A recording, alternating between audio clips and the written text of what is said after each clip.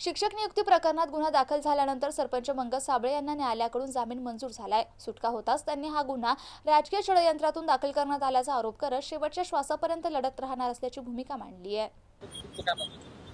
आमच्या शाळेमधले शिक्षक कामाला लावले याबद्दल काही आमचं म्हणणं नव्हतं, पण सगळे शिक्षक कामाला लावले याबद्दलचं हे आंदोलन होतं।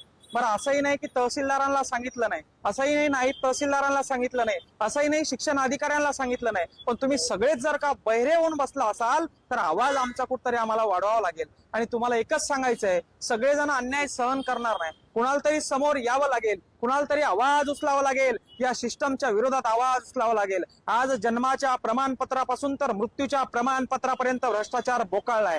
या अधिकाऱ्यांना मी बोललेले एवढं जर का झोंबलं असेल तर स्वतःची वर्दी बाजूला ठेवून एखाद्या तहसील कार्यालयामधून एका दिवसामध्ये तुमचा अर्ज मंजूर करून आणावा, किंवा तुमचा एखादा विनंती अर्ज रस्त्याचा मंजूर करून दाखवावा, तेव्हा सांगेल की शासन प्रशासन व्यवस्थित काम करतंय म्हणून।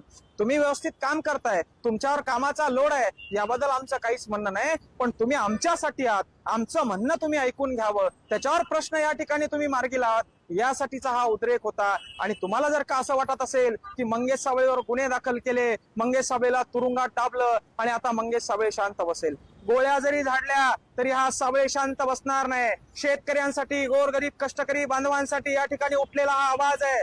माझ्या वावरातून समृद्धी महामार्ग जाणार आहे आणि 100-150 एकर जमीन मला घ्यायची आहे, म्हणून राजकीय पुढाऱ्यासारखा आवाज हा नव्हता, किंवा मला एखादं टेंडर पाहिजे, एखाद्या संरक्षण भिंतीचं, एखाद्या रस्त्याचं टेंडर पाहिजे म्हणून हा आवाज नव्हता। माझ्या लेकरांच्या शिक्षणाच्या भविष्यासाठी हा आवाज होता। आणि तुम्ही आम्हाला फुकटची रेवडी देऊ नका, तुम्ही आम्हाला फुकटचं ज्ञान वाटू नका, पण आमच्या लेकरांना व्यवस्थित शिक्षण सिस्टम द्या, शिक्षणचा बोजवारा वाजवू नका, त्यासाठी उठलेला हा आवाज होता, त्यासाठी उठलेला हा उद्रेक होता, एवढंच या ठिकाणी सांगेल।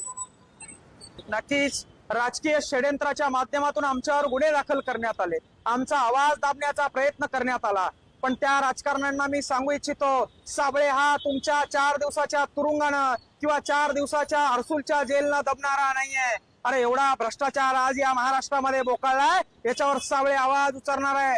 आज हर्सुलचं तुरुंग सोडलं, हर्सुलचे या ठिकाणी पोलीस अधिकारी सोडले, तर बाकीकडं सगळीकडं भ्रष्टाचार या ठिकाणी बोकाळले। म्हणजे जेलात प्रशासन चांगलं सुरू आहे, जिथं कैदी असतात तिथं प्रशासन चांगलं सुरू आहे, मात्र बाहेर जिथं सामान्याचे काम व्हायला पाहिजे तिथं टेबलाखालून पैसे द्यावं लागतायत, टेबलाखालून भ्रष्टाचार सुरू आहे। आणि त्याच्या विरोधात जर का कोणी आवाज उचलणार असाल आणि तुम्हाला वाटत असेल तुम्ही तो आवाज दाबणार असाल तर ही जनता शांत बसणार नाही, आमच्यासारखे तरुण शांत बसणार नाही। आणि आम्ही ही खुणगाड बांधून हा आवाज उचललेला आहे। तुम्हाला वाटत असेल 4-2 दिवसाच्या तुरुंगवासानं तुम्ही आमचा आवाज दाबणार तर विसरून जा, शेवटच्या श्वासापर्यंत या मातीसाठी हा मंगेश साबळे लढत राहणार आहे, लक्षात असू द्या।